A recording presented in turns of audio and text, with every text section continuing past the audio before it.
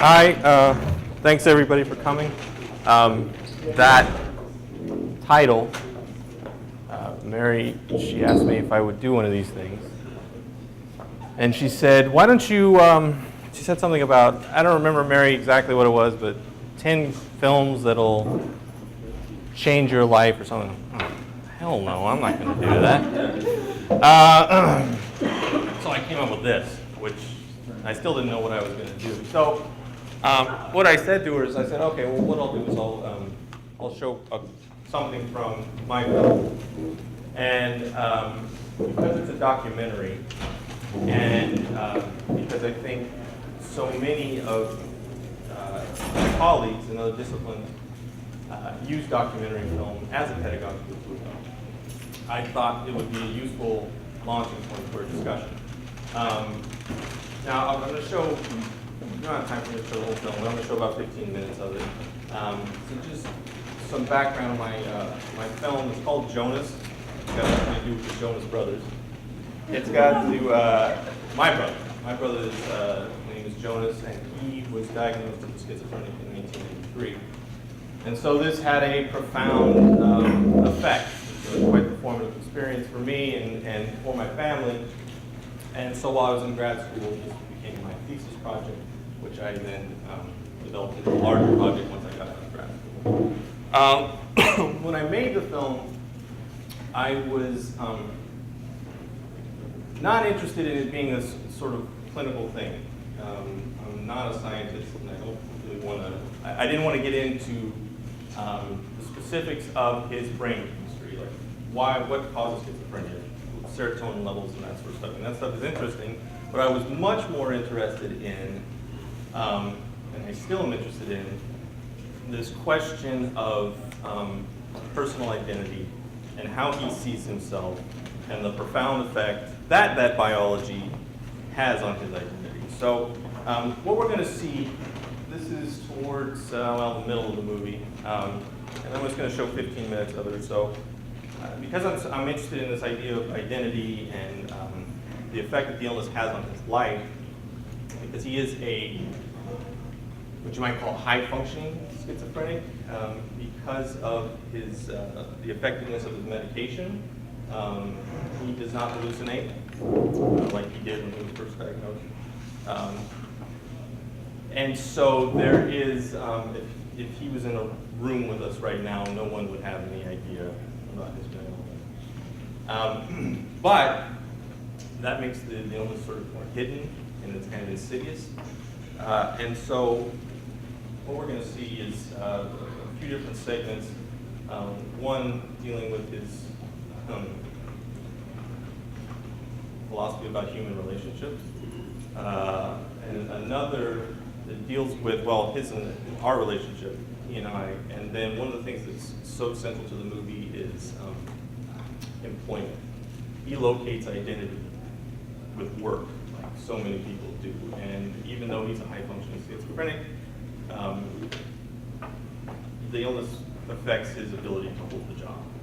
So it's a central tension. So where are the lights?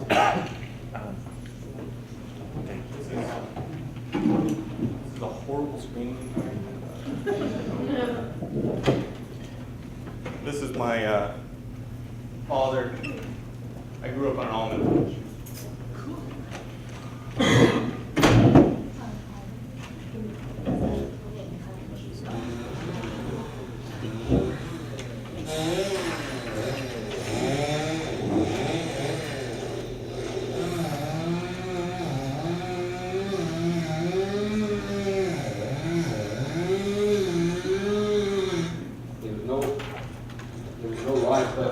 House. There's just nothing there. So that other one. See, this is old wood, and it's dying. It's going to come off, and now here's a little bit in here. That's all. That's dead. That's 2 or 3 years ago. You had 15? You had 3 feet? You talk. Okay. And what's your film about, Matt? Yeah, your film, what is your film about?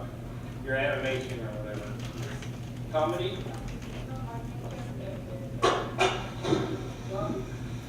Rabbit? Rabbit.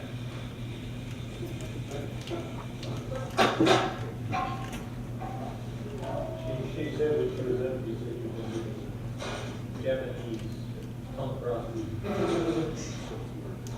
Oh, yeah. Thank you, Mommy.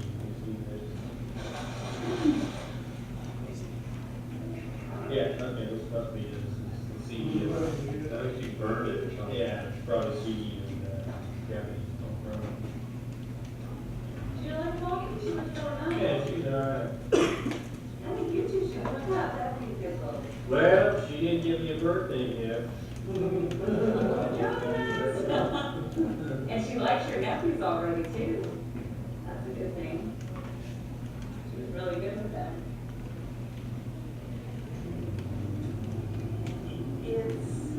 It's very stressful for him.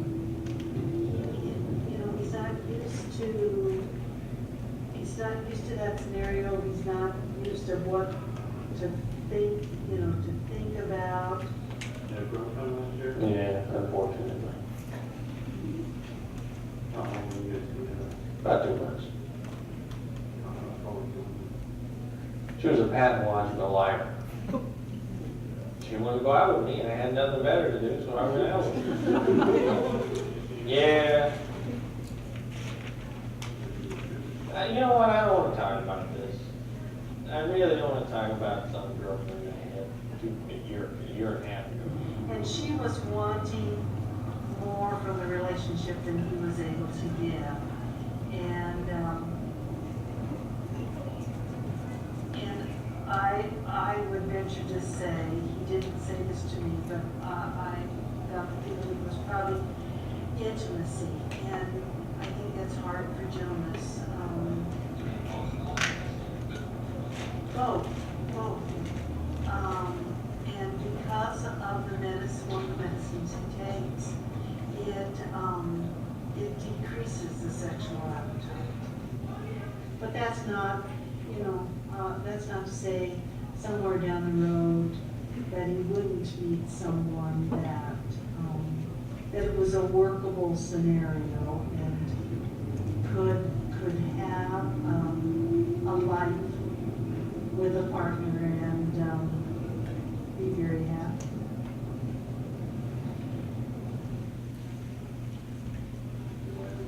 Yeah. And I good with dealing with people. Marital life is dealing with someone 24 hours a day for the rest of your life. I can go through the rest of my life without ever really knowing anymore.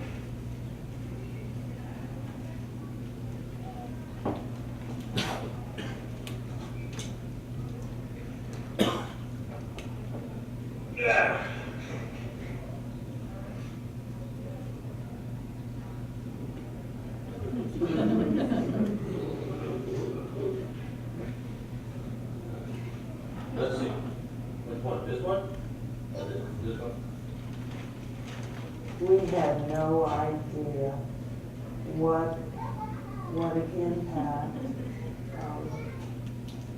these little lives would have on him, nor did he realize it either. It caused Jonas to open up and be reachable, approachable. What he'd do is, Julian, when he would say goodbye, he just hugged and kissed all of us. And Jonas, of course, is not affectionate at all. He knew he couldn't push him away, so he would do it. And of course, now with all of them, he's that way. He will say that he didn't see the boys for a week or 10 days or something. So, it registers with him that he misses them. Because he likes to think that he's a loner and doesn't need anyone. Those are three kids, or three people in his life. I think he realized he used. In the last few years, he's become even more. He actually has hugged me on his own. Even when he was little, he didn't like to be hugged. When he was 2 or 3 years old, he didn't like to hold it. He just wanted to do this, whatever. And he'd bring it over to me and come out and hug me on his own. And I don't know if I can remember.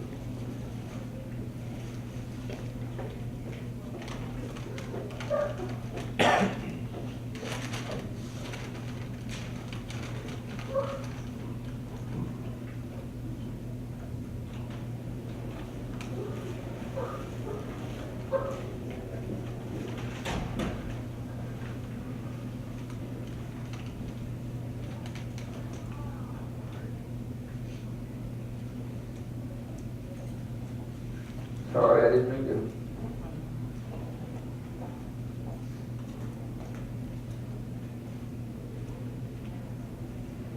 It was actually Joseph's illness that caused us to have a relationship. When he was first diagnosed and in recovery, my fear of him drifted away. I was older, but more importantly, he was a much different person. He was on Haldol, which basically made him his own. He was slow-moving and unresponsive and spent most of his time sleeping. It was an awful thing to witness. How could I fear him now? He was this fragile, barely alive person that hardly resembled the threatening old brother I had known. Now he's neither threatening nor zombie-like. He's very much alive and often easy to laugh. We've developed a good relationship, more than likely even by distance, since he lives with our parents and I live in Los Angeles. And we revel in our favorite pastime, reenacting what we've seen on television. Only now, instead of WWF, it's Seinfeld and Simpsons. What better to base a relationship on?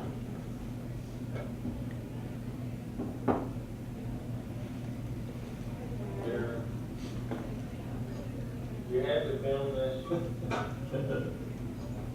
Some of them. Yeah. Huh? They look like a fly man. Why?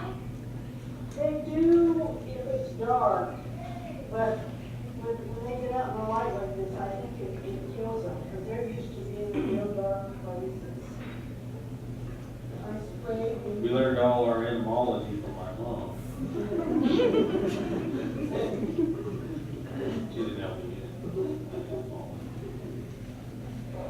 my goal is actually to move out of my parents' home. It's kind of unusual for a 30-year-old or a 33-year-old to work and live with his parents. It's just not looked upon in America as a thing. I'll be fun story. Nice and light. Well, anyway, while you get going up, hopefully, Well, he hasn't heard from Jackson Hewitt. So, and he doesn't want to call and see about the courier job. why should I call them? I've done a good job for the last 3 years. They should have the courtesy to invite me back. It's called applying for a job. No, I don't have to. So he wasn't willing to contact me, so I just said, well, we need to have some kind of work, because it really is slow here, January. That's not what she's worried about. That's not what she told me. She said, Jonas, it's good for your mental health to be out there in society working. I disagree. My mental health has never been worse than when I'm out and working in society. Well, that's our mental health. So you ever be living in that sweet truck until January the 1st? Yes? What you drive tonight? Driving January 1st. 27 degrees west, see how quick. Well, I'll tell you what, I can sell it for $5,000 and rent an apartment for 6 months. How about that? Hey, whatever you make, feels good then.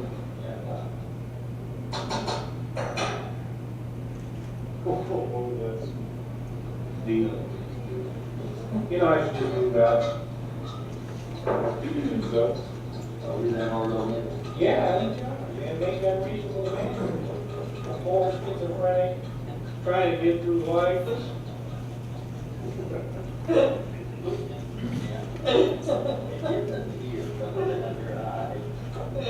And probably in a society that he doesn't understand, doesn't want to understand. I think you're blaming too much on your religion. I think you're not giving me enough credit. I think you think I should function just like everybody else in the society. For certain periods of time, yes. Well, it doesn't work that way, Senator. So, you can't do, you've shown that for. I've shown you that I can do it, but I can't do it in 4th year. I'm telling you, I can't do it in 4th year. Well, this McDonald's or McDonald's, McDonald's, maybe my better. outfit. A board schizophrenic one.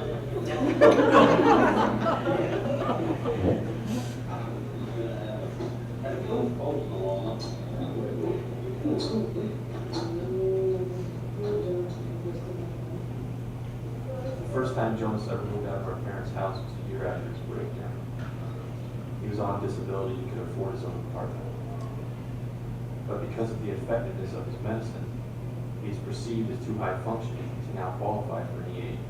I kind of encouraged them to take me off of disability because I knew that I could, or I thought that I could, support myself.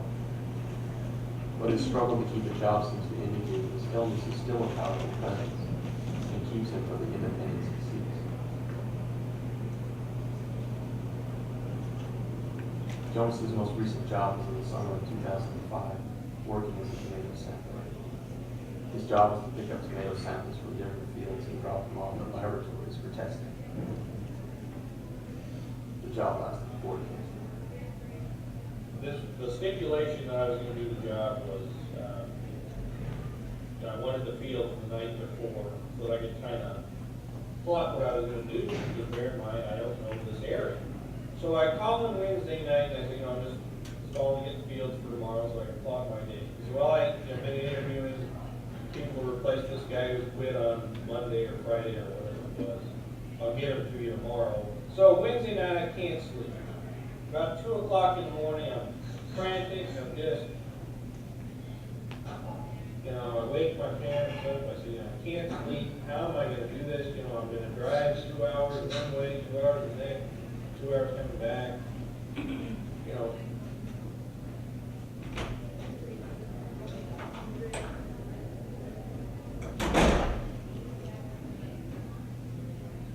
So I call him in the morning and I say, the condition for me to do this job was if I had the field the night before. And he said, well, if I can't rely on you, maybe I should just find somebody else. Okay. I tried to make it perfectly clear that I just wanted the fields the night before. So,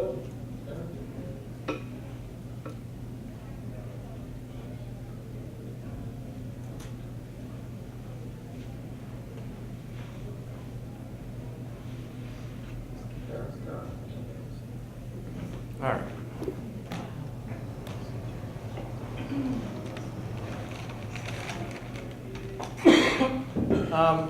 So that's 15 minutes of it. Show the whole thing. I shot most of that in 2004, some of it a little bit later. And then I guess I finished ending until about 2007. And then it did a whole festival tour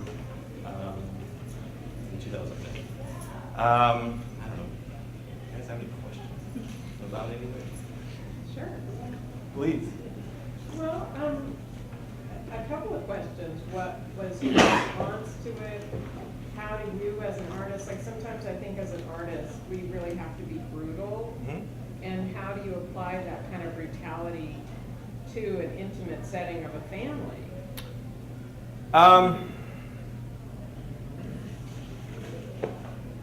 I'm very hard on, it's funny, like I thought I could go in there. So I'm a big fan of what we call observational documentaries, right? So observational documentaries are films where the filmmakers try to completely efface themselves. They put their camera on their shoulder and they are trying to sort of not be present. They just want to record, right? And so I love that stuff.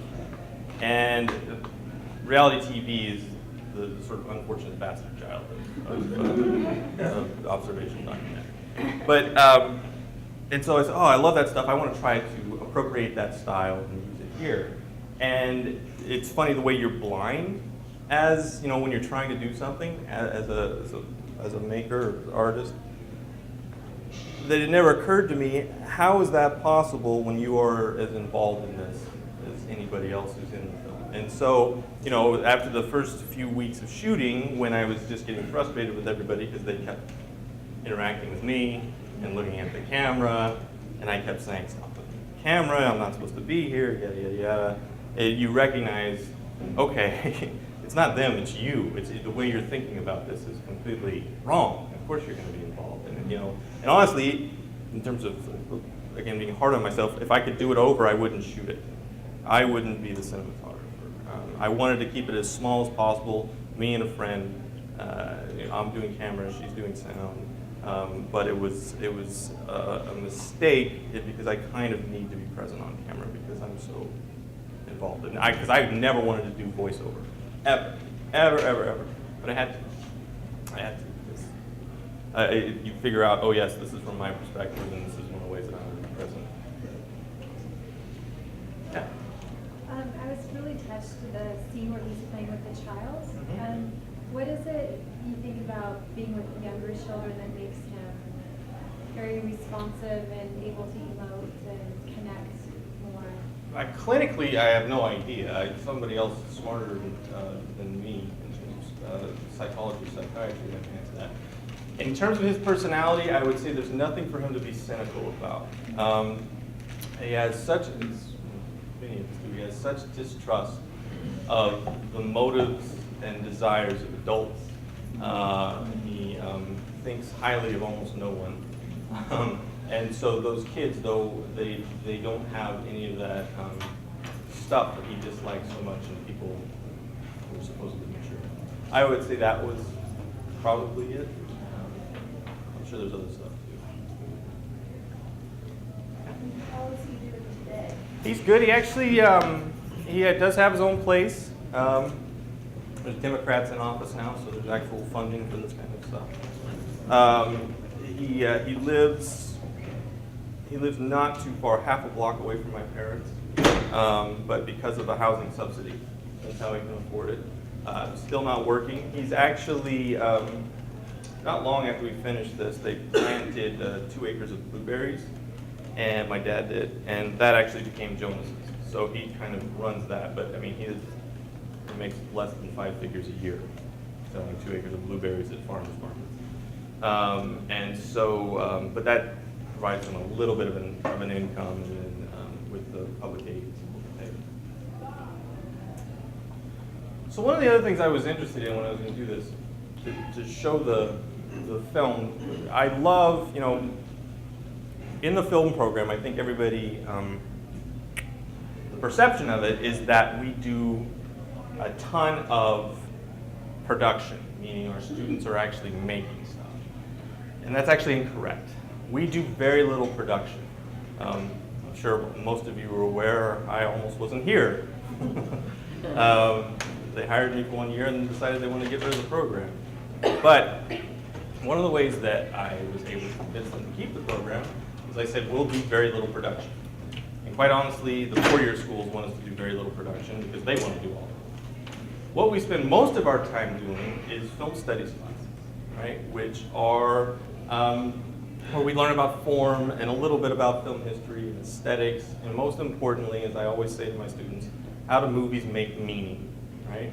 And we're trying to study them as cultural artifacts. That's our whole goal. So I spend 1 week on documentary film, and I introduce epistemology and the theory of knowledge, because I'm trying to get them to understand that since it is a cultural artifact, it has movies as a popular art form have such a function in our culture and say so much about us.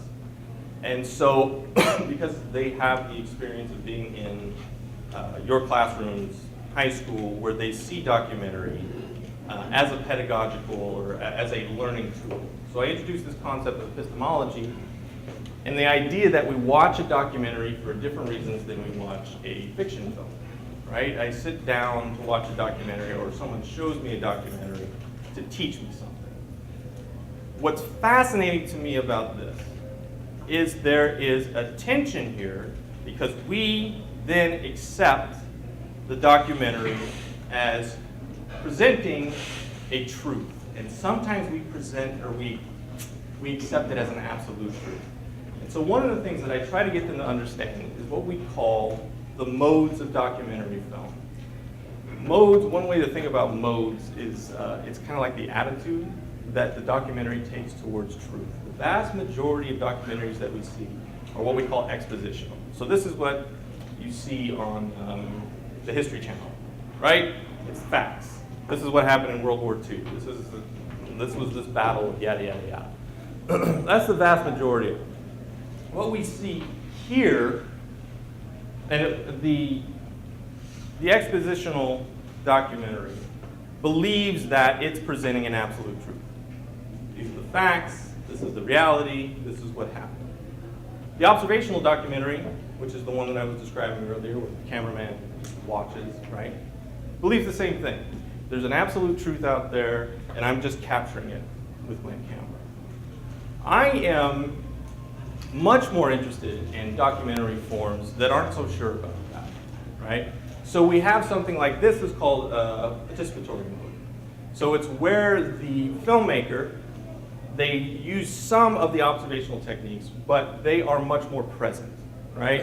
And so it becomes like the filmmaker is the arbiter of truth. Like, I'm finding the truth for you. I think I know where it is, and I'm going to find it. This is how we've seen Michael Moore. This is what Michael Moore does, right? And whether or not you believe him is a whole other question, but that's kind of the style. There's this other style or mode that's really interesting that's called the performative doc. Anybody see this film called Grizzly Man about 6 or 7 years ago? No? It's a documentary about this guy, Timothy Treadwell, who lived in the Alaskan, wherever the hell he was living. He lived with grizzly bears, and then he used to videotape it. And eventually one of the grizzly bears kills him. He videotaped his experience out there. And the film is directed by this guy, Werner Herzog, who's this wonderful filmmaker who's made so many films. And Herzog's voice is present. He works as the narrator. And one of the things he's absolutely making clear throughout the movie is this is dominated by his point of view. Like, Treadwell sees himself one way. Treadwell saw himself as a savior of the grizzly bears, whereas Herzog sees him as this beautiful, pained artist who has no understanding of the way humanity and nature are supposed to interact, right? And so the idea that I think is really, really interesting in that is that the truth doesn't exist, it is only perception. Right? It is only Treadwell's perception, or it is only Herzog's perception. And that's a really difficult thing for my students to first get their head around, because they're so used to, here's this information, these are facts, understand them as facts. And one of the things that I'm trying, and so they have this reaction, especially to Treadwell, because they just think he's so crazy. And they can't understand why Herzog is more judgmental of him. They can't understand why he doesn't, this guy, he should be ridiculing him. Of course he got killed by a grizzly bear. And trying to get them to sort of understand, like, well, perhaps that is just one way. There is no sort of absolute box that we can put this in. And the most interesting thing is that when lecturing this to 120 students, that there are 120 truths in here, 120 perspectives. And documentary, in the same way that fiction film is open to that, if we would allow ourselves to be open to it. So anyway, I don't know. Does anybody have any more questions about the film itself or anything film related? Yeah. So do you find yourself working mainly in documentary? Or No, do you... I will probably never make another documentary. Everything I do, I was just in New York about a month ago for a fiction film that I'm trying to get made. And I mean, I shouldn't say that. I might, but when I was doing the thing for the Face newsletter, Debbie asked me if this was harder to do, which is kind of sort of similar. And I said, actually, part of it was really easy because I don't have to ask anybody for any permission. Mom, I'm coming with the camera. Deal with it, all right? But documentary film is so fiction film is labor intensive, but it's so labor intensive that you will. It's a long process. It would have to be something that I'm really, really interested in. I can answer any other film related questions. You guys all live in Southern California, so you're probably all connected to it.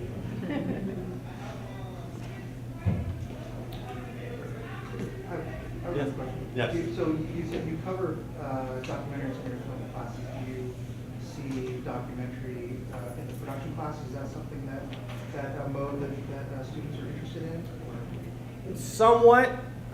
We do, in our advanced production class for the students, so we do have production. I don't want to make it sound like we don't. We do. It's just a very small part of the program.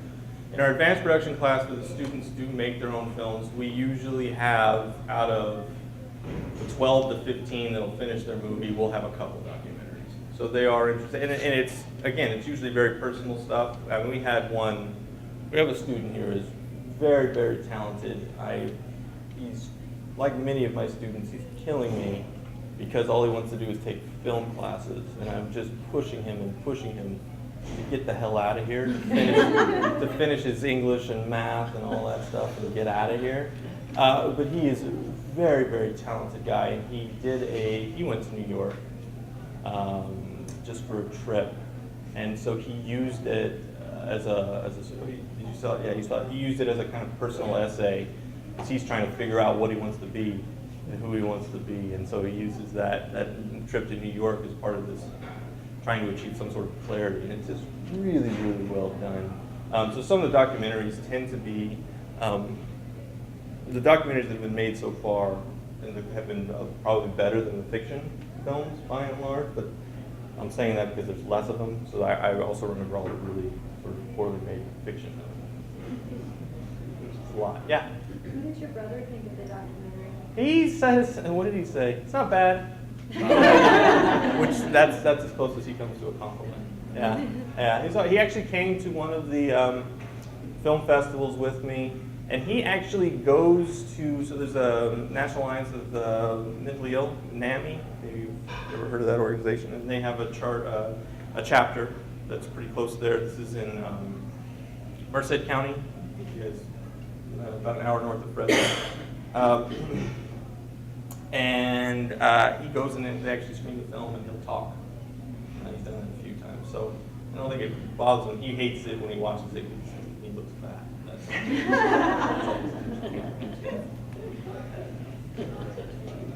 Yes? What did the public think of the film at your festivals that it toured?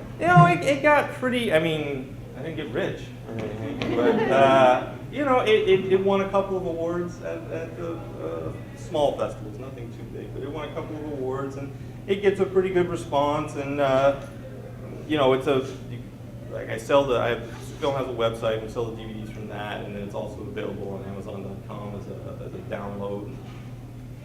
And we're not paying the mortgage off of it. But, I am proud of it. I watch it like anybody else, and I cringe half the time because there's so much that I wish I could go in and fix in terms of camera work and color temperature and all this stuff. But I am proud of it. It was when I was my wife, who was then my girlfriend while I was making it, and I showed it to her at one point. I showed her some footage, and she said, "This is like your guys' therapy," and that's kind of what it was. We were just looking at the footage, and I break down crying, and I left that in the film. My dad, at one point, that didn't make the film, but he breaks down crying, and so it became that. So for that, it was useful. So then I have a question about what you choose to leave out, and why you left your dad out crying. That was probably, this is another interesting discussion I get in with my students, and the fallacy of objectivity, right? The notion that a documentary is supposed to be objective. And, I always say to them, as soon as you make a choice about what you want to make your film about, objectivity's gone out the window because you've indicated a perspective, right? I said, I'm going to make a film about my brother. That automatically says, I think that's interesting and the world needs to see this. Right? So therein lies a perspective. How to make a joke? I don't know. That went in probably at the very end, me crying. Probably again because I was constantly thinking, because I wasn't on camera, I have to make myself present, right? And so all these things being brutal with yourself, all these things that you resist. One of the things about making a film that you're in it, you're always trying to, or it's just natural. Ugh, I sound like an idiot. Cut.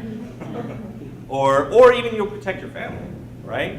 'Cause we're all still very close, and you don't want to. They might say something that, out of context or even within context, sounds really bad. So you cut it. The one with my father, when he started crying, I think I hated the shot. Was the first reason I cut it. I think there was the shot was terrible, and I didn't think. I'm really cognizant of trying not to be overtly manipulative, and I felt like, okay, if I have all of these scenes where we're breaking down crime, one, I don't really want to pay attention to, or I don't really want to pay witness to somebody else's therapy session. I have a feeling nobody else wants to see my family go through therapy to some degree or another. I mean, maybe a little bit, but certainly not the whole thing. And so if it's all of us blubbering for an hour, that's not necessarily enjoyable. But then the first thing that popped in my head though was it was aesthetic. It was I don't like that. It's gotta go. Yeah. What did your mom think of it? I think Mom was happy that I wanted to make the film, and she's the one that everybody comments on. Everybody comments on how composed and together she is. She's so clear. I mean, she's the one. I mean, she was a licensed vocational nurse. She's retired now. She was the one. I didn't want it to be clinical, but if I needed something clinical, I went to her for the most part. But yeah, no, she really likes it. They both like her. So when you're putting together a documentary, I'm curious how you storyboard your shots, as opposed to like a fiction where You don't story. I mean, well, so some do you documentaries. do it in the order you film it, or? No, it's How do you do it? it's See, usually in a story you have dramatic conflict that has some climax. yeah. And so that's why I shot it in 2004. And it took me 3 years to put it together, right? Because it's well, I had versions of it throughout that time, so it didn't really take me 3 years. But because when you edit a fiction film, you have a script and you edit it based upon that script, right? When you have a documentary, you shoot a bunch of stuff and then you bring it and you essentially write the film while you're editing it. There are some documentary filmmakers, I don't know, you probably work like this, Morgan, where they actually transcribe all of the audio, all the interviews, all the stuff, and then they take it and they place it in a kind of order. Like, this is the video that I want to see, this is the audio that I want to hear. And so then they put that together before they cut anything, and then they take that and that becomes their script. And then they work from there, you know. But it is a really, really long, the editing process is really, really long, depending upon how much footage you have, how many people you have working with you. Yeah, it's a bunch of trial and error, you know. It's a discovery, like the thing where he's walking down the driveway by the trees and talking about, I have that, and then underneath that I have the sound of him saying, you know, he never wants to know anybody, or he never has to get close to him, right? So that's just that's from an interview, we place that underneath there, it's discovery. So this is kind of your feel from what Yes, you do. yes. I mean, you know, you organize organize all your footage and kind of dive in, and you procrastinate a lot because it's a pretty daunting process. Yeah. Well, thanks for sharing a very personal insight. Oh, that was really nice. And I just wanted to point out, in my field, we face some of the same dilemmas. I'm an anthropologist, and visual anthropology faces a lot of the same challenges you're discussing. As soon as you turn on your camera, you've made a decision about what's important in a particular culture, and that may not be a universal perception among the audience or the subjects. Right. And trying to overcome the camera in your face syndrome is kind of cute in anthropology, because most of the filmmakers carry a camera around for about a month, unloaded or no batteries in it, poking it in people's faces and so on until they're absolutely oblivious to it, like a fly you can't kill that's on a ceiling or something. And then they load it and start shooting, and it's amazing how detached people can be. You're really getting candid shots then. They're absolutely unaware.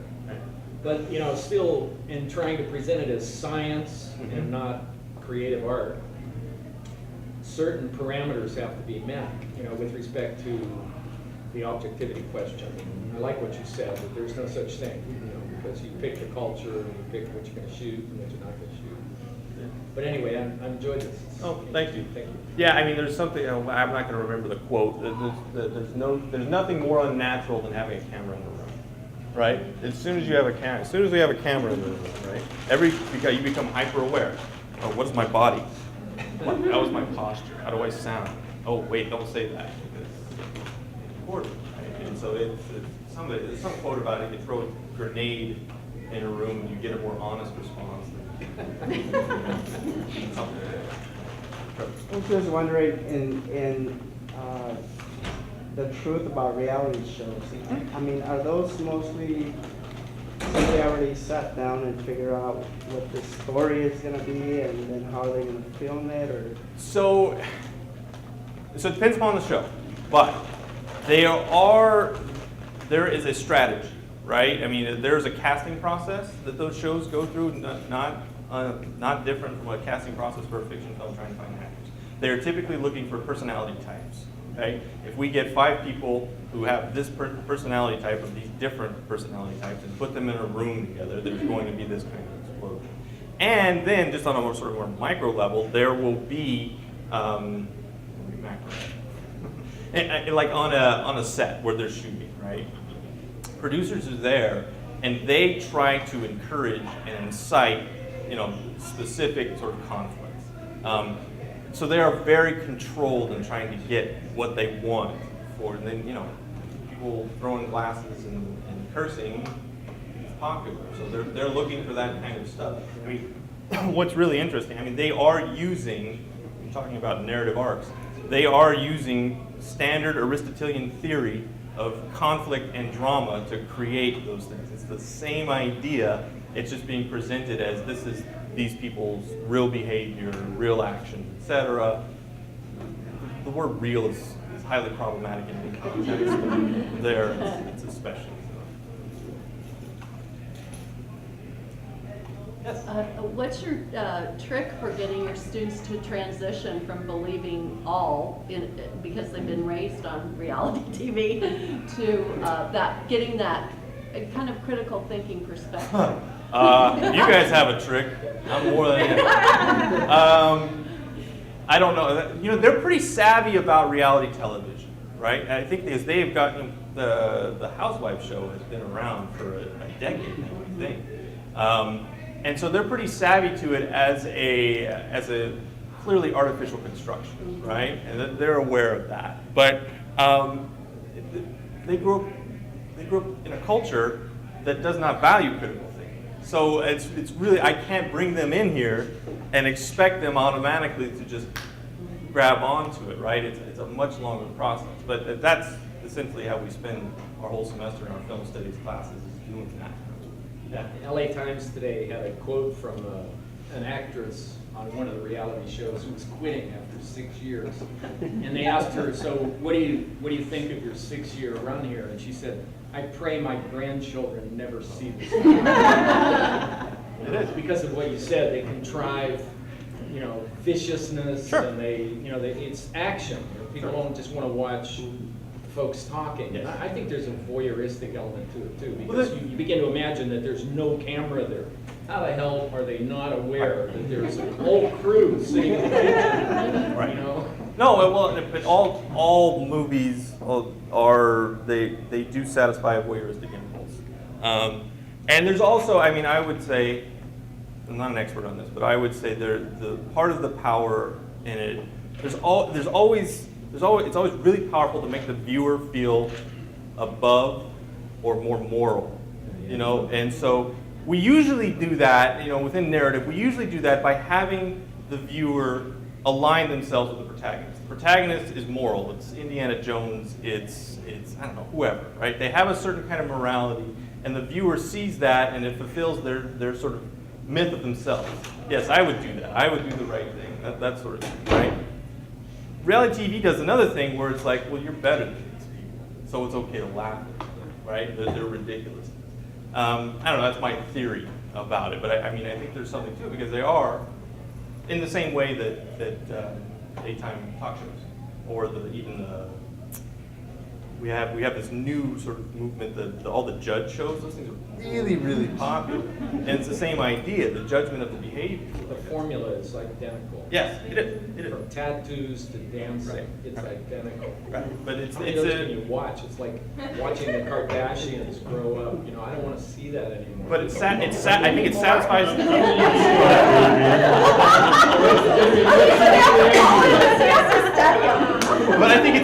has the same impulse as the Circus Freak Show, right? It's the same thing. Wait, it's almost time for my show. I think it is. It's the last time, I swear. I think it's the same thing. It makes us feel better. That's not healthy, but that's what we do. I don't have anything else. Thank you very much.